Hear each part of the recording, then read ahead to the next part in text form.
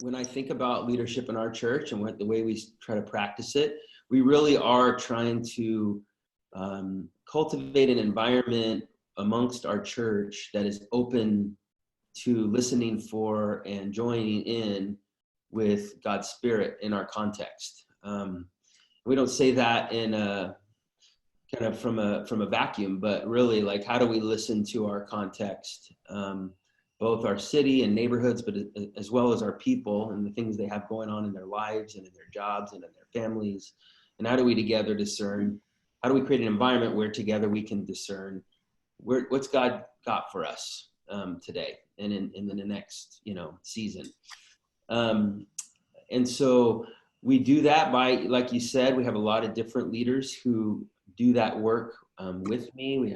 There's 5 pastoral staff now in a fairly small congregation. I'm the only one who's pushing towards full-time, not even completely full-time. But I now have partners in that work, and we're all kind of in different areas, but yet integrated, trying to create those environments where people are listening for God in their lives and together as a church, so that we can follow what God is calling us to. And really, the formation of the Immigration Resource Center, the community garden, those are long stories of years of kind of listening and taking the next faithful step that now are, kind of fortified ministries, but they were long journeys in following God towards that.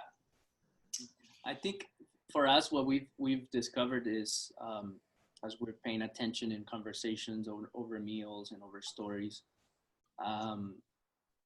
there are some people that are coming from specific church experiences, prior church experiences, that have really shaped them and have really, in a way, deformed them in their theology, in their in many things, right? Because they've kind of been in congregations that have been very excluded from, right? It's been a lot of Christ against culture kind of environments. And so that isolation helped to survive, especially as minoritized congregations, right? Of mostly immigrant minoritized congregations. The way in which scripture was read, the way in which the pastor preached, the way in which leadership was carried, it needed to bring a certain level of certainty, but it also got out of hand in terms of just over dictating all areas of life. And an example I have of that is some of our young people or young adults who stopped going to college because the congregation said education is bad. You need to work, and you need to provide in that way for the family and for the church. And education is secular, is this whole narrative. And then they come to La Fuente, and we have PhDs, and we talk about education, and we celebrate educational achievements, both formal and informal. We have some families that are that have special needs family members, and so when they go through training for another parenting training class, we celebrate that. I mean, any kind of resourcing, right? And that's just shocking for people. And it's like, what? You can be a Christian and study and go to school? Then they start asking different questions of like, I do that?